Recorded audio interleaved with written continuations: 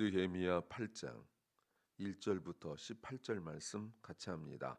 이스라엘 자손이 그 본성에 거하였더니 7월에 이르렀거든 모든 백성이 일제히 수문학 광장에 모여 학사 에스라에게 여호와께서 이스라엘에게 명하신 모세 율법책을 가지고 오기를 청하매 7월 1일에 제사장 에스라가 율법책을 가지고 남자 여자 무릇 알아들을 만한 회중 앞에 이르러 수문학 광장에서 새벽부터 오전까지 남자 여자 무릇 알아들을 만한 자의 앞에서 읽음에 못 백성이 그 율법책에 귀를 기울였는데 때 학사 에스라가 특별히 지은 나무 강단의 섬에 그 우편의 선자는 마띠디아와 스마와 아나냐와 우리야와 힐기야와 마아세야요 그 좌편의 선자는 부다야와 미사엘과 말기야와 하숨과 하스마따나와 스가랴와 무술람이라. 학사 에스라가 모든 백성 위에 서서 저희 목전에 책을 펴니 책을 펼 때 모든 백성이 일어서니라. 에스라가 광대하신 하나님 여호와를 송축하며 모든 백성이 손을 들고 아멘 아멘 응답하고 몸을 굽혀 얼굴을 땅에 대고 여호와께 경배하였느니라.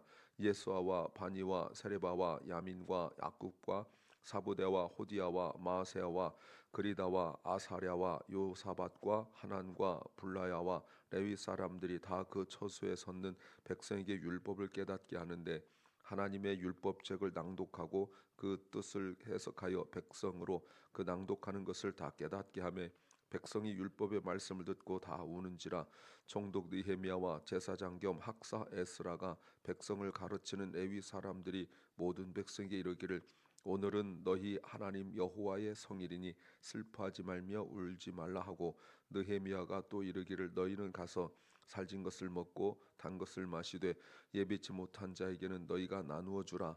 이날은 우리 주의 성일이니 근심하지 말라. 여호와를 기뻐하는 것이 너희의 힘이니라 하고 레위 사람들도 모든 백성을 정숙케 하여 이르기를 오늘은 성일이니 마땅히 종용하고 근심하지 말라 하매 모든 백성이 곧 가서 먹고 마시며 나누어 주고 크게 즐거워했으니 이는 그 읽어 들 말을 밝히 알미니라.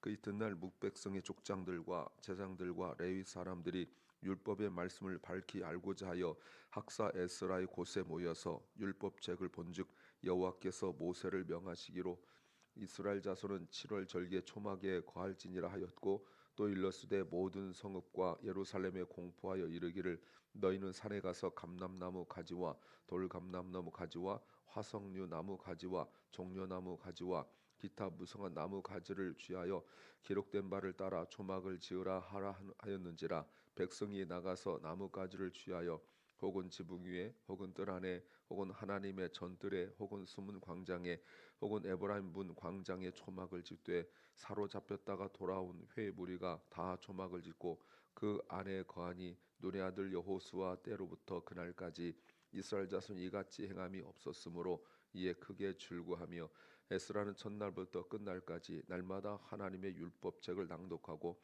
무리가 7일 동안 절기를 지키고 제8일의 규례를 따라 성회를 열었느니라. 아멘. 오늘 본문부터는 느헤미야의 앞과 다른 새로운 눈으로 보아야 합니다.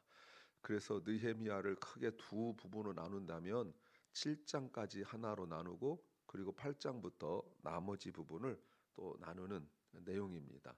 그래서 이제 8장부터는 어떤 내용이 나오냐면 끝까지는 오늘 8장의 내용이 계속 이어지는 내용이에요. 그래서 언약을 갱신하고 신앙 개혁이 일어나는 그 부분이 바로 그 내용입니다. 특별히 8장 1절부터 10장 39절까지는 율법을 낭독하고 언약을 갱신하면서 이 일에 느헤미야와 에스라가 협력하는 내용입니다. 오늘은 성벽이 완성된 후 7장이죠.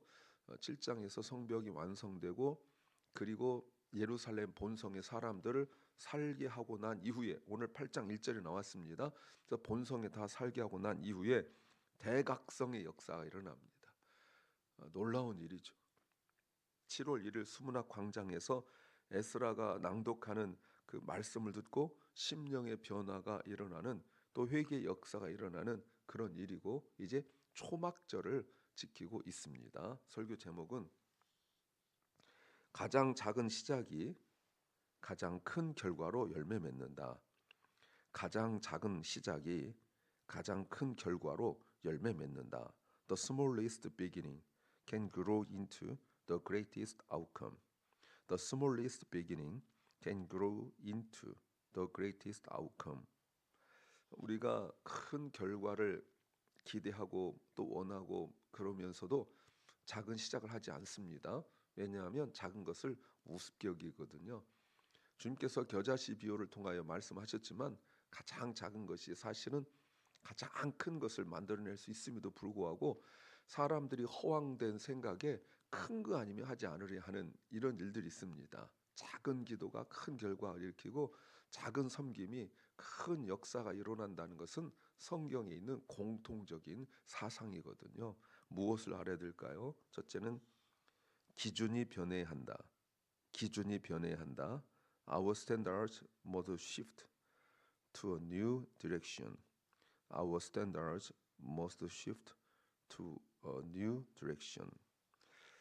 제 설교의 그 소제목 중에 많이 차지하는 공통된 내용들이 나오는데 그 중에 하나가 기준 아닙니까? 제가 기준이 변해야 된단 말은 진짜 정말 많이 합니다. 신앙생활에 큰 어떤 획을 긋는 일이 기준이 변하는 거예요.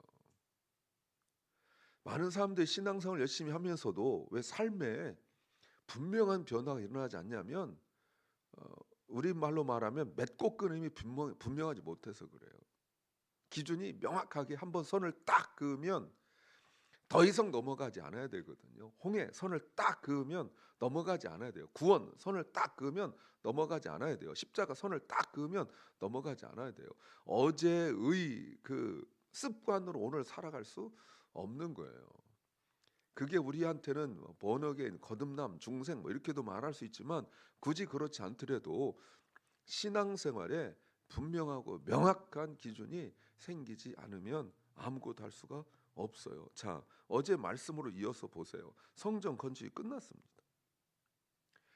얼마나 많은 일이 있었습니까? 그런데도 느헤미야가 하나님께서 감동 주셔서 예루살렘 성에 사는 사람이 적으니까 성벽 건축하고 인구조사의 그 표를 찾아서 그래서 예루살렘 성에 다 살게 했어요. 그러면 끝났느냐는 겁니다. 그래서 7장 73절에 그 본성에 거하였다. 이제 끝났잖아요. 이제 본성에 다 거했잖아요. 그런데 보세요. 1절 이스라엘 자손이 그 본성에 거하였더니 끝난 것이 아니었다는 거예요. 새로운 시작이에요. 여러분 이 말이 무슨 말입니까? 이제 이게 정말 중요한 거예요. 요것만 저 한참 얘기해야 되는데 자, 이 말이 이해됩니까? 이제 시작이란 말이 무슨 말이에요? 잘 들어보세요. 성전이 건축되고 성벽이 건축되었다라는 것은 무엇을 전제로 하고 있냐면 이게 느헤미야 사상인데요. 무엇이 전제로 돼 있냐면 성전이 무너졌었고 성벽이 무너졌었다는 것을 의미하는 거예요. 그렇죠? 당연한 얘기를 지금 당연하지 않게 이야기하고 있어요. 그런데 느헤미야가 새롭게 깨달은 것이 무엇이냐면 왜 성전이 무너지고 왜 성벽이 무너졌는가? 요거예요. 잘 지키는 것이 아니라 안 무너지도록 잘 지키자. 요거 당연하지만 그 이전에 왜 성벽이 무너지고 왜 성전이 무너졌는가? 이 말이 뭐예요? 다시는 새로 쌓는 일이 다시는 새로 건축한 일이 없도록 하려면 무엇을 해야 되는가?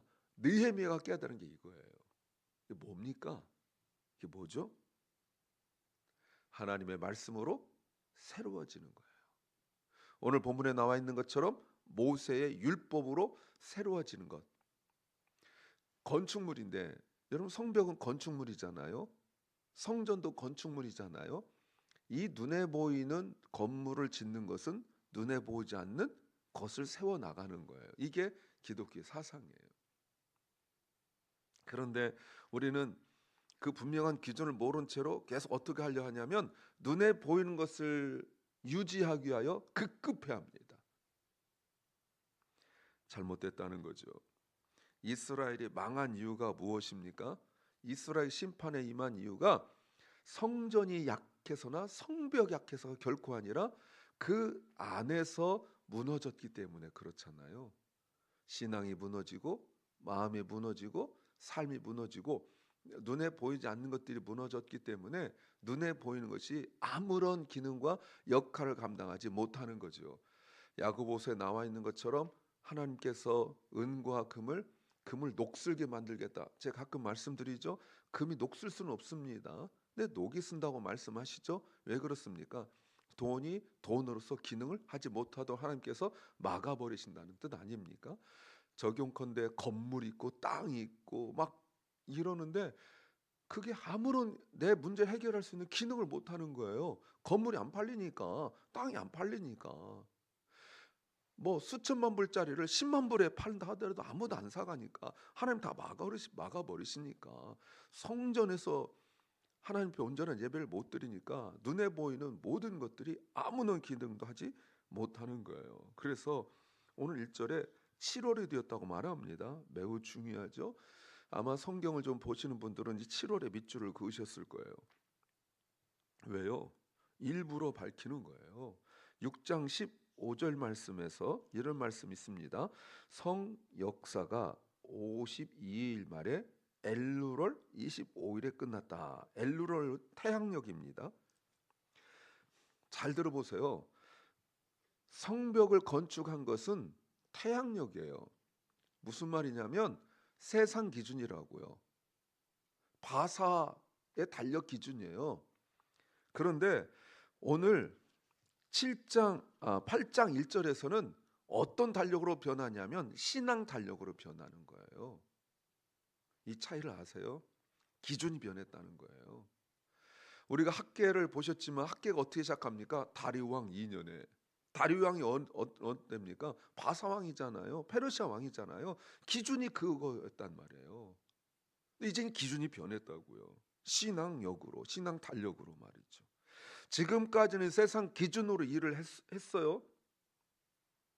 그런데 이제는 신앙의 기준으로 바뀌었다는 거예요.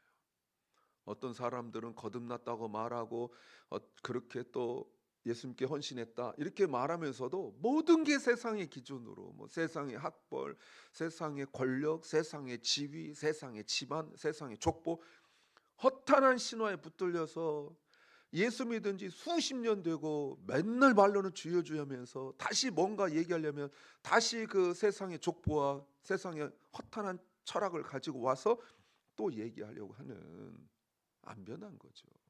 그건 변한 것이 아닙니다. 가장 중요한 것이 이 날짜부터 변해야 돼요.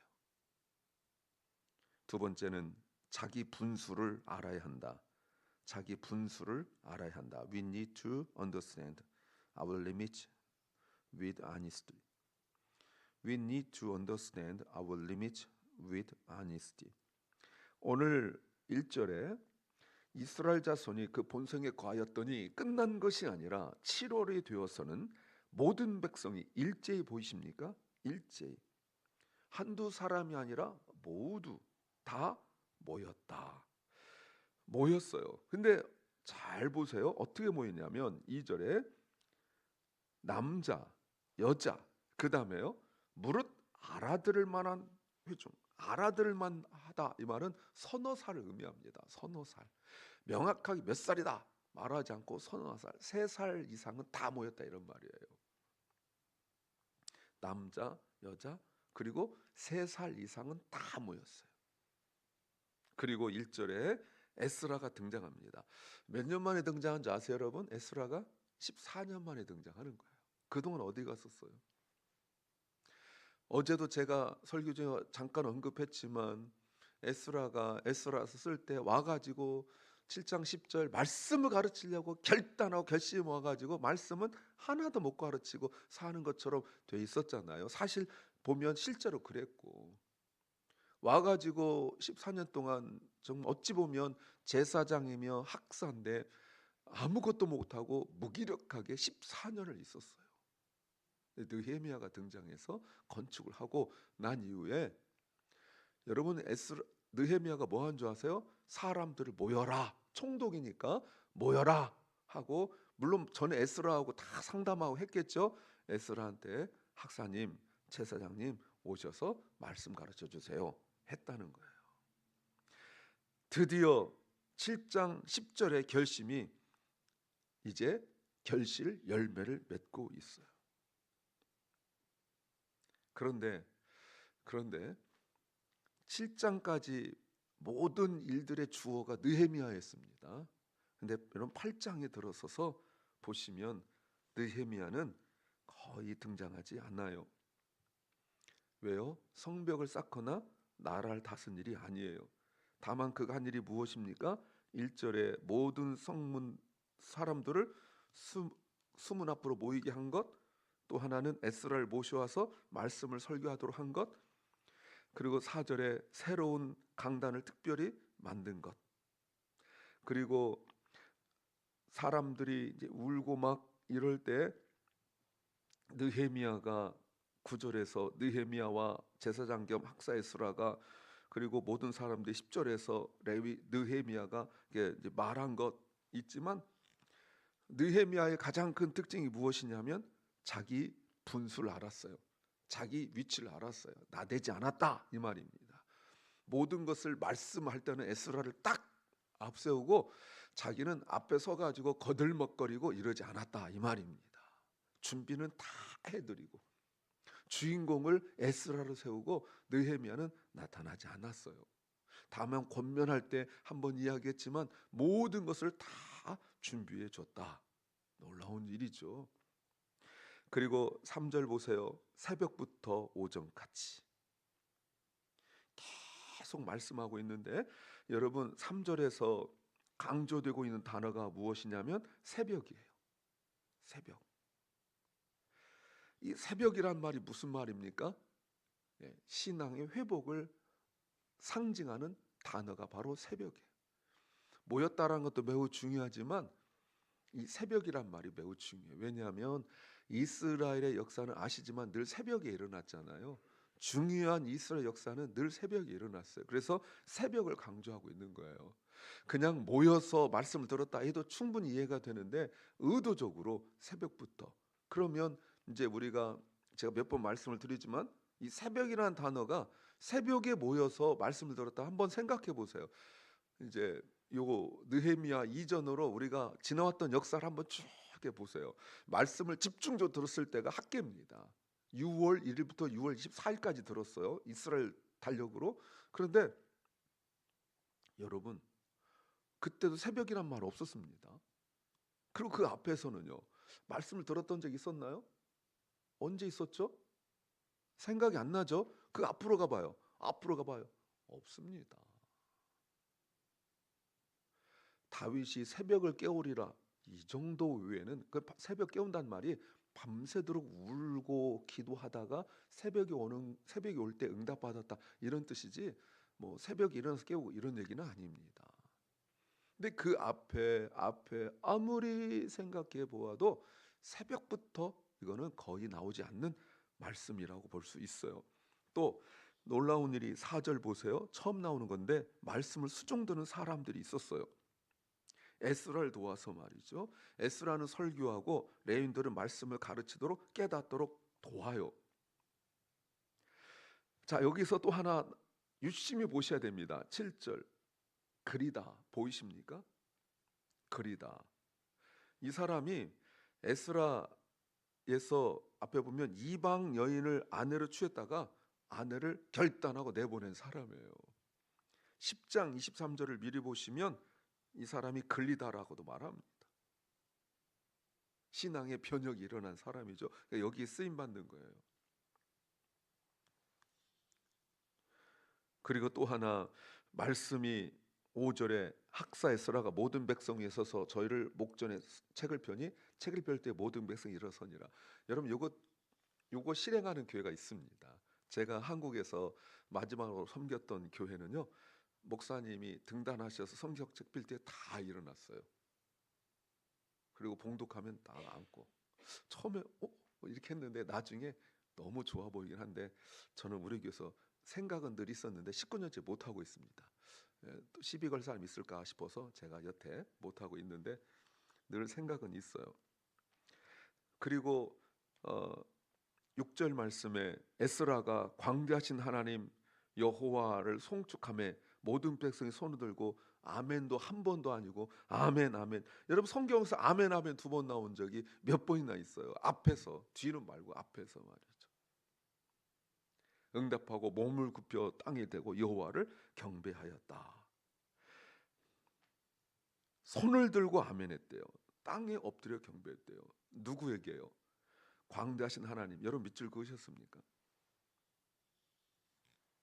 구약에서 여기만 나타나요.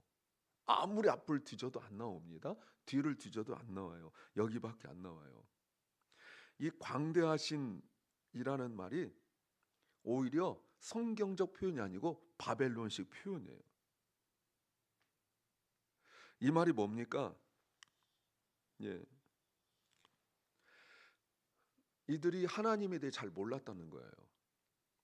근데 언제 광대하다는 말을 알았냐면 바벨론에서 포로로 살면서 자기들은 맨날 예루살렘이 세상의 중심인 줄 알고 살았잖아요. 가장 좋은 성이고 가장 큰 성이고.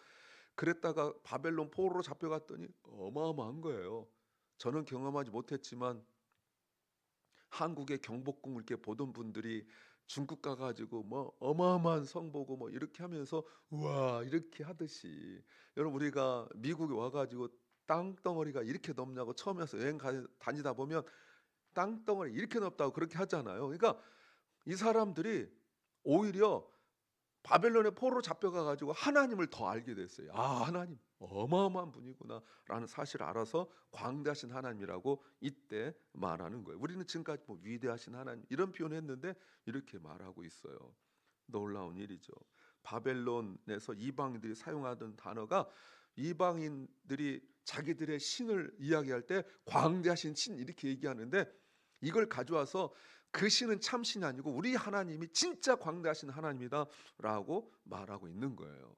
제가 또 이게 여러분 구원이라는 단어도 예전에 말씀드렸죠. 구원이라는 단어도 세상 용어입니다. 원래 기독교 용어가 아니에요. 복음이란 말도 원래 세상 용어예요. 이 기독교 용어가 아닙니다. 그런데 가져와서 그 단어의 의미가 우리에게 가장 적합한 의미다 해서 이제는 우리가 쓰지 세상이 쓰질 않잖아요. 그런 거고 똑같은 겁니다. 분명한 것은 이 모든 일들이 느헤미야가 자신을 낮추고 겸손했기 때문에 일어난 일이라는 것, 분수를 알아야 된다는 것입니다. 세 번째는 진정한 힘을 얻어야 한다. 진정한 힘을 얻어야 한다. We must gain strength that is true and grounded. We must gain strength that is true and grounded. 8절 말씀에 사람들이 말씀을 깨닫게 되니까 그 뜻을 해석하여 말씀을 깨닫고, 여러분 깨닫다 말하고 있죠. 굉장히 중요한 단어죠. 깨달았더니 9절 사람들이 울어요. 다 보이십니까? 9절에 다 운다. 여러분 이 다에는 3살짜리 아이들도 있다는 거 여러분 아셔야 돼요. 3, 4살짜리 아이들도 있다는 거예요. 이때 뭐 주일학교만 따로 했을까요? 아니죠. 다 언어별로 나눴을까요? 아니죠. 다. 여러분 한번 질문해 보세요. 내가 말씀에 반응을 보인 적이 언제 있었던가? 내가 말씀을 듣고 깨닫고 운 적이 언제 있었던가? 이때 느헤미야, 에스라, 레위인들이 말합니다. 울지 마라. 하나님의 성일이니 울지 마라. 오히려 10절 잘 먹거라. 그리고 중요한 단어가 여기서 나와요. 앞에서 콩 안 나오던 단어 여기서 나와요. 나누어 주라. 오늘 나누어 주라는 말을 2번이나 반복하고 있어요. 나누어 주라. 10절에서 그죠? 나누어 주라. 10절에서 12절 보니까 먹고 마시며 나누어 주었다. 여러분 앞에도 안 나오고 뒤에도 안 나와요. 자기들 것만 준비한 것이 아니라 나눴다라고 말합니다. 그들의 모인 날이 바로 안식일이기 때문에 그렇죠. 또 나팔절이에요. 새해 첫날이죠. 이날이 새해 첫날이에요. 7월 1일이 이스라엘 달력 1월이잖아요. 첫날이에요. 매월 첫날이 나팔절이었는데 그동안 아무런 의미도 없이 보냈어요. 나팔이 부 불 때 하나님께서 너에게 새로운 날을 주셨다라는 선포했는데 그동안 그저 그러려니 하고 지냈어요. 근데 말씀을 깨달으니까 이 성일이 있는 게, 거룩한 날이 있는 게 얼마나 기쁘고 복된 날인지 이제 알았다는 거예요. 그러면서 여러분 10절에 이런 말이 나와요. 근심하지 말라. 여호와를 기뻐하는 것이 너희의 힘이다. 여러분, 힘이란, 너희의 힘이란 말이 방파제라는 뜻이에요. 방파제, 뚝 같은 거죠. 파도가 바닷물이 막 올 때 딱 막는 게 뭡니까? 방파제잖아요. 이게 바로 힘이라는 게 방파제라는 뜻이에요. 근심하고 걱정한 걸 딱 가로막을 수 있는 방파제, 이게 바로 힘이라고 말할 수 있습니다. 그런데 여러분, 기쁨이라는 단어도 생각해 보세요. 언제 나왔었죠? 기쁨? 아무리 앞으로 뒤져도 여러분, 기쁨이라는 단어 생각이 안 나요.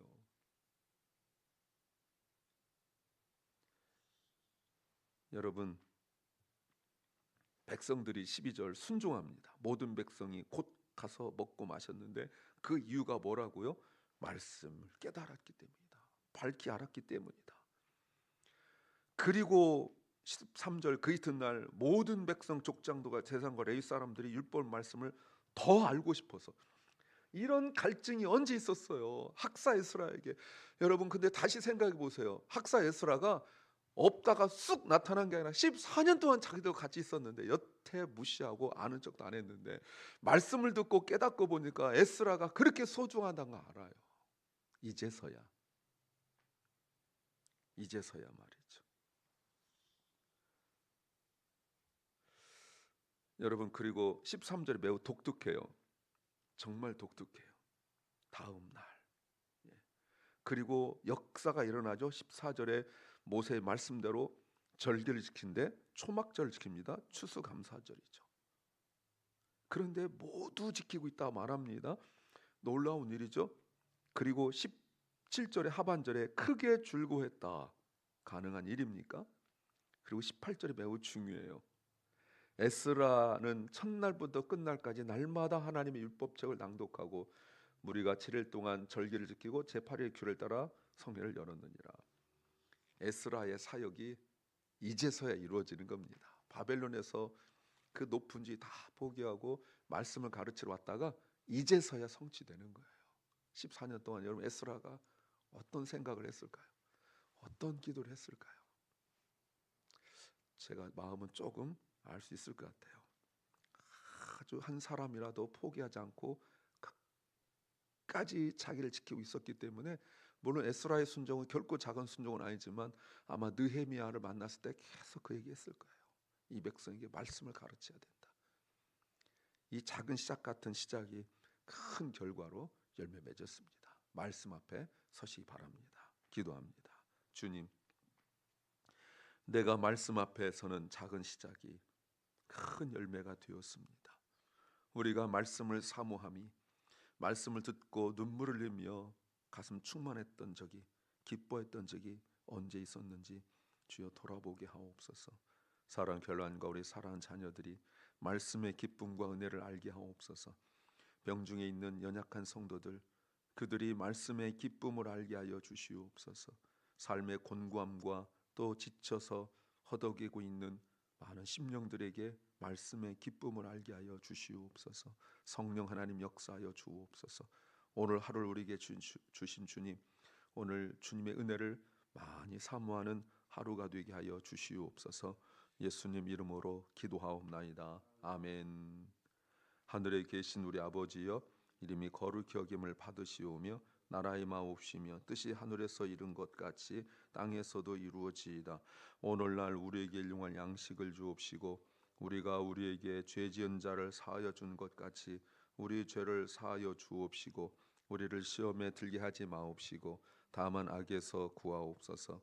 대개 나라와 권세와 영광이 아버지께 영원히 싸움나이다. 아멘.